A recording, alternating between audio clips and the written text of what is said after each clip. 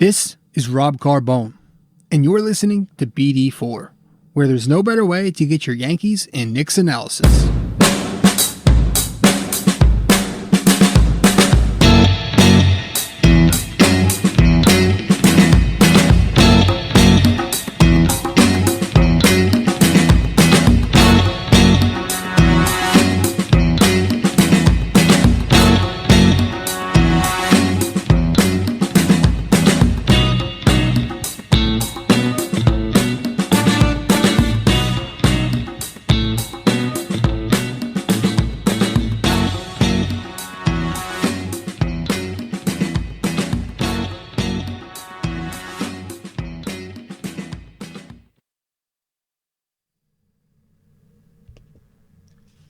What is going on, guys? This is Rob Carbone coming at you with episode 81 of BD4, where there is no better way to get your Yankees or Knicks analysis than by tuning in to this podcast right here, right now.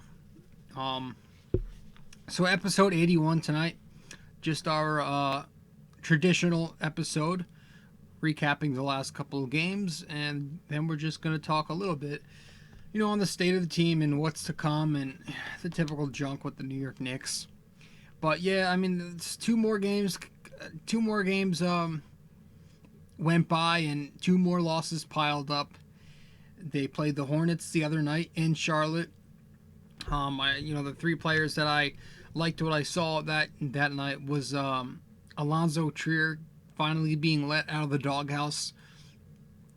He scored 15 points in 16 minutes. He was 6 out of 8 from the field, and 13 of his 15 points came in the fourth quarter. He hit some big shots in that fourth quarter for the Knicks.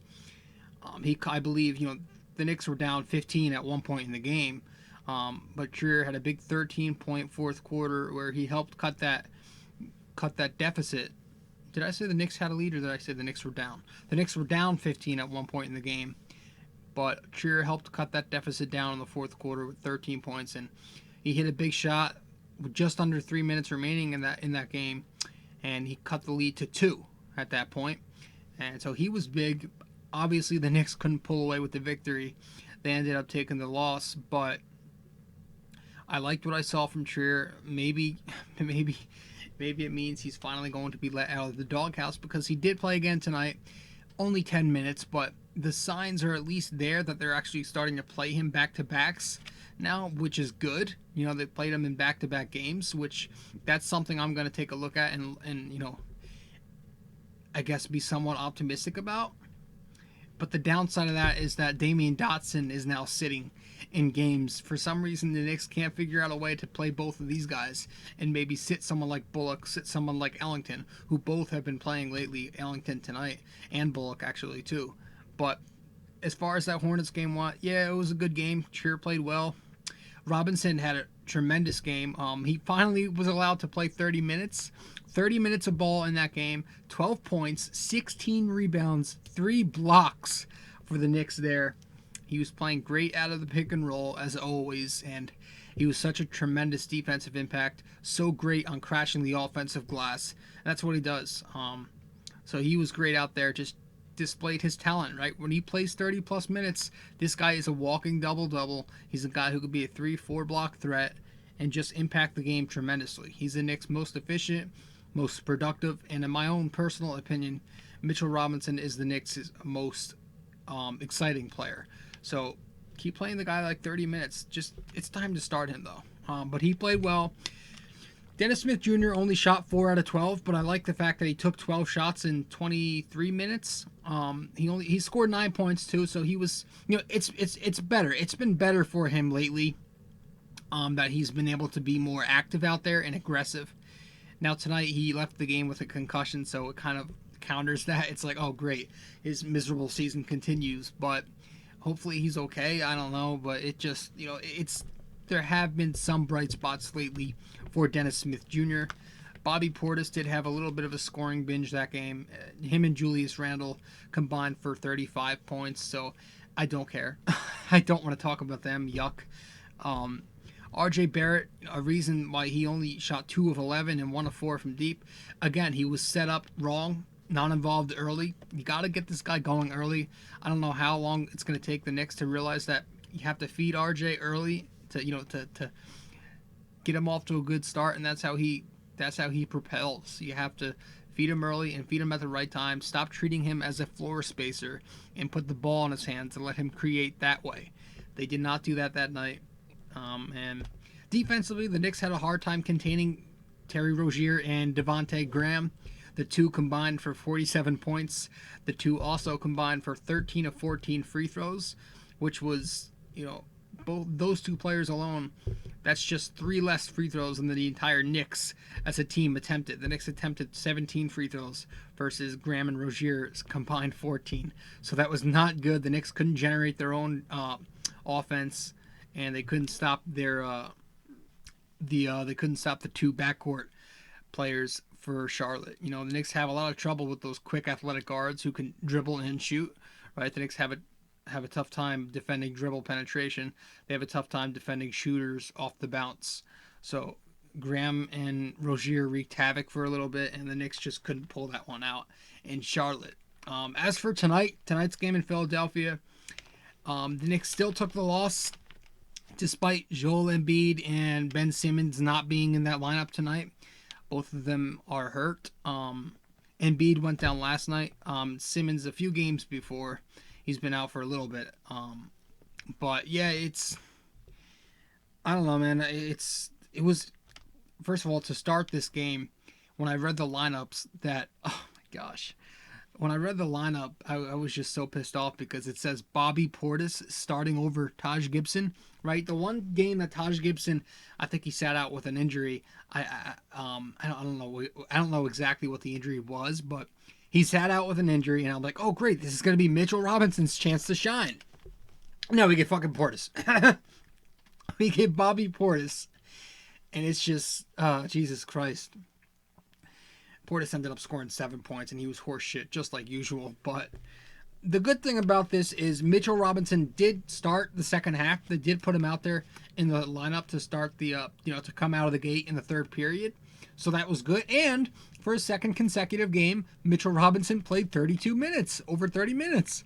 So that was great. And he wasn't scoring like he did the other night, but he only scored half of that, of what he had the other night. He scored 6 points, but he still rebounded 8. I believe he blocked 3 shots. His defensive presence was there. His offense was there. He was 3 out of 3.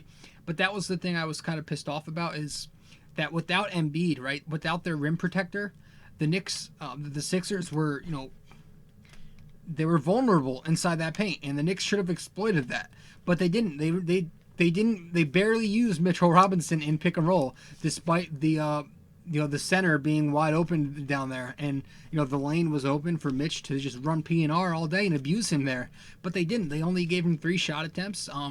I thought he and RJ had a great 1-2 pick and roll game. There's a play at the top of the fourth quarter where they ran a nice play, and RJ connected with Mitch and threw down the lob, but they didn't run it often. RJ and Mitch should have Mike Miller should have had them sequencing a couple times, but he didn't have Mitchell Robinson abusing like he should have. I thought it could have been much better for the Knicks in terms of the outcome of this game if they used Mitchell Robinson more often than they did tonight. But I did like that he played 32 minutes. For a second consecutive night, they're playing in big minutes, and he's staying out of foul trouble. So that's big for both the Knicks as an organization to finally realize, maybe we should play this guy more. And it's big for Mitchell Robinson to hope, as we hope he can continue to discipline up here. But who else do I got tonight? R.J. Barrett had a strong game. It was a nice bounce-back game for R.J. Barrett. He scored 15 points. He dished out 5 assists, and he rebounded 6. He shot fairly efficient, 6 out of 13. And he was passing a lot tonight. He was distributing from the start. I noticed it in the first quarter. A number of passes in that first quarter, and that led to 5 assists overall. But he did a lot more passing than the stat sheet says. So it was good to see him with the ball in his hands again. It was good to see him running the point a couple of times throughout the night. That was good. I like to see that. Dennis Smith Jr., before he was taken out before the second half, he had a little bit of a reckless first half. It wasn't great. Definitely one of his worst games of late, where he was reckless, got blocked at the rim, turned it over a couple times, over dribbling, the usual DSJ stuff. And the Knicks just couldn't defend the arc tonight. 15 out of 31 for the Philadelphia 76ers, 48%. And the Knicks, outside of the only highlight I'm showing here in this video, if you're watching the video cast on YouTube, you could see that the only highlight I'm showing here on the screen is Mo Harkless, because he had a big time third quarter. Without his third quarter where he hit 5 of 6 3-pointers, the Knicks, without his 3-point shooting, the Knicks were 3 out of 16. If you take Harkless out, they were 3 out of 16 on the night. So you take 3 out of 16 versus Philadelphia's 15 for 31. That's pretty depressing. So Harkless' shooting was very much needed in that third quarter to help bring the Knicks back in this game. He was on fire. He ended up scoring 15 of his 17 total points in that third. Again, all of them off of those 3-pointers that he was hitting. So Mo Harkless, R.J. Barrett, nice. Mitchell Robinson, Allonzo Trier. Again, it was good to see him play last night, and he played. He scored 15 in 16 minutes. Tonight he played just 10 minutes. They diminished his minutes a little bit. I don't know why, but he ended up scoring 6 points on 3 out of 5 shooting, and this is what he does, man. Allonzo Trier gives you instant offense off the bench. He's always efficient too. So whenever you look at him, you always look at the box score, and you're always seeing him shoot over 50%, over 50%, over 50%. He's a very efficient scorer for somebody who's isolation heavy and who relies on himself to get open. And he had a couple of nice looks tonight. He had that nice step back jumper on the baseline where he created a ton of space and hit the jumper over was it over that Shake guy, whoever that shit. There's some fucking dude named Shake something. Ended up hitting 5 out of 5 3-pointers on the Knicks tonight. And again, 15 out of 31 overall for Philly. The Knicks could not defend the arc. And when you can't shoot well yourselves from 3 and you're giving up threes on the other end, that's a recipe for a loss. And that's exactly what they got tonight. So I thought the Knicks tonight were poor when it came to shooting the 3. They were actually also poor, again, when it comes to hitting their free throws. They were 58% tonight, 14 out of 24. Come on, we've got to start hitting our free throws. Nobody on this team hits their free throws consistently. Julius Randle can't do that. R.J. Barrett sure as shit can't do that. Alfred Payton's in the 50% range. Mitchell Robinson has really taken a step back month by month with his free throw shooting. It's fuck. Shit.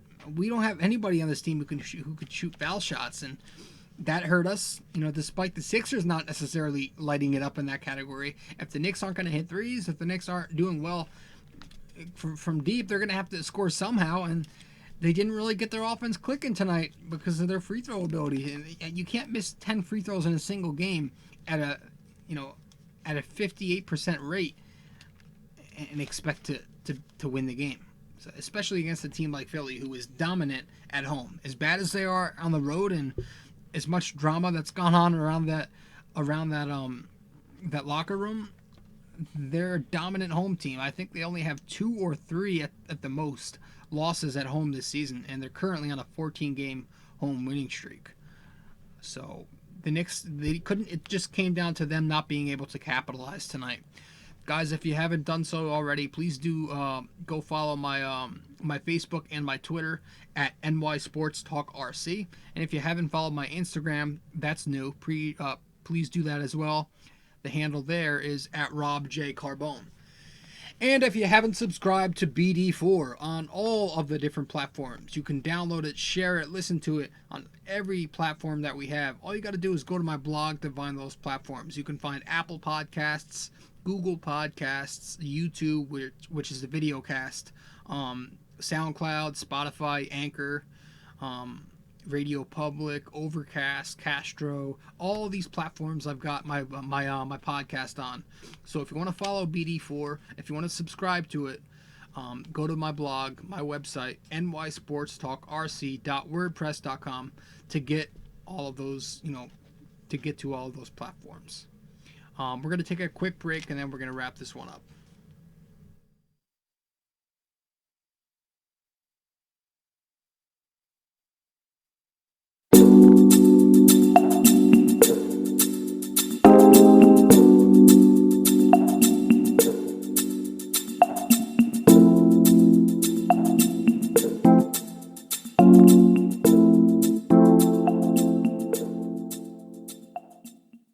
Hey guys, Rob Carbone here.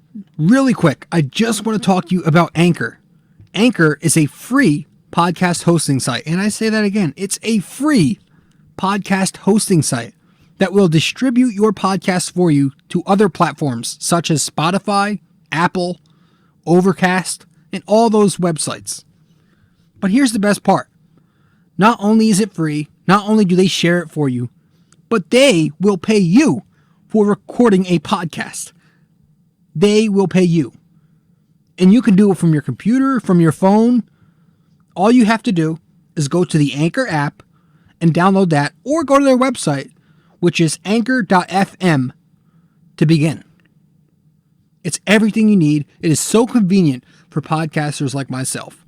So please, guys, go download the Anchor app or go to their website, anchor.fm, to begin. See you there.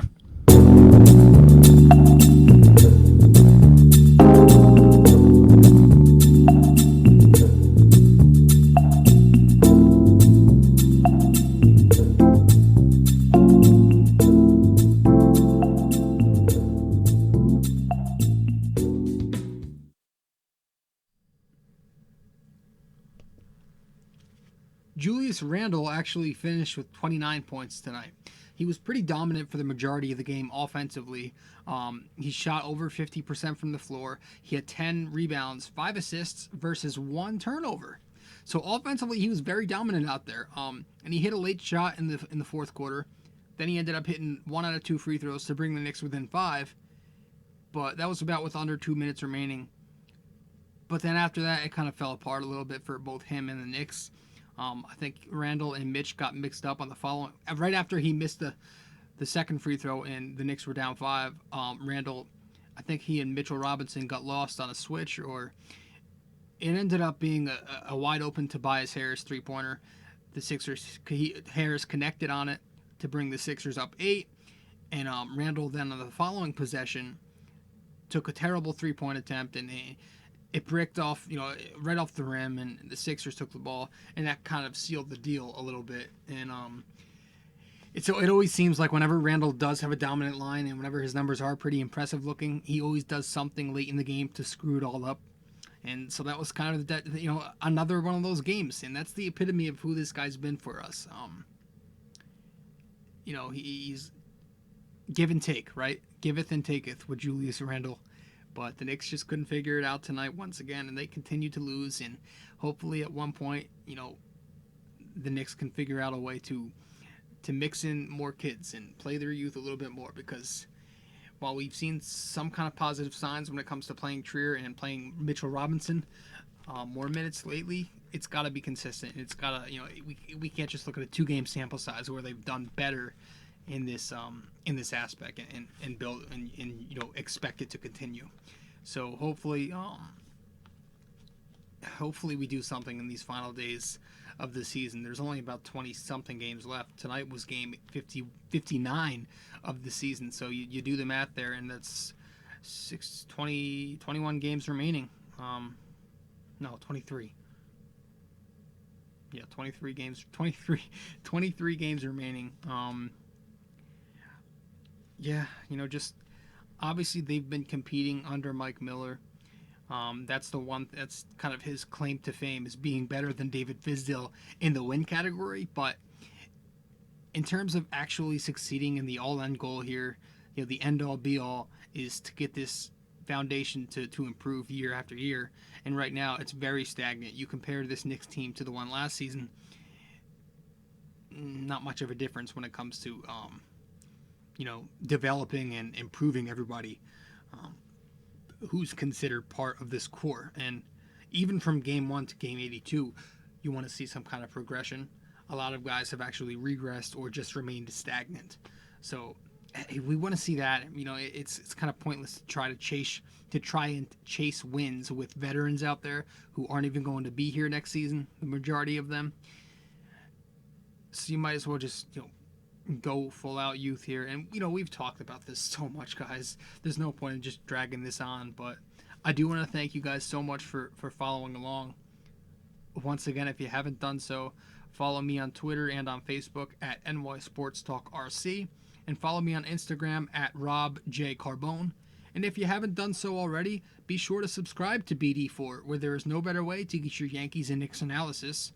And you can follow and subscribe to it on SoundCloud, Apple, Google, Spotify. The video cast is on YouTube, and plenty more. You can find all that information on my website, my blog, It's My Opinion, which is located at nysportstalkrc.wordpress.com.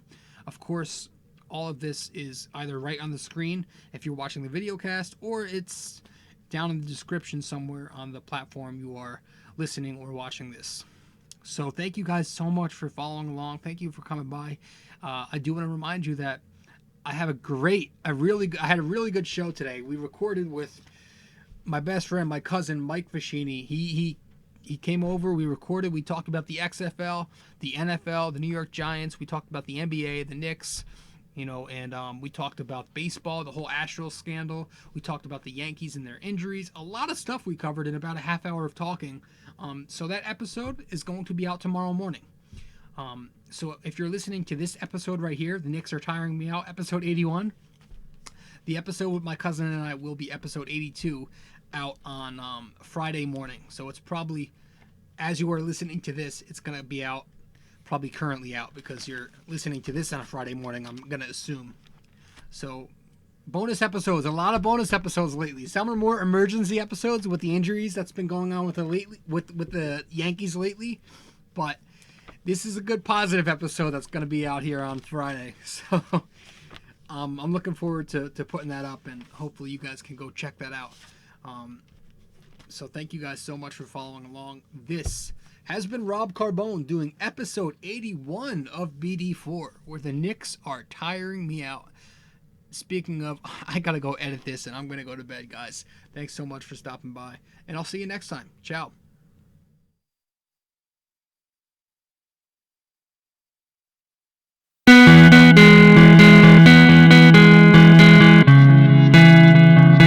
Hey, we hope you enjoyed the show. And if you did, be sure to leave a like, comment, subscribe, share, and all that fun stuff. If you want to follow BD4 on all the different platforms we have, all you have to do is go to my website, nysportstalkrc.wordpress.com. Once again, that's nysportstalkrc.wordpress.com. Thank you guys. I'll see you next time. Ciao.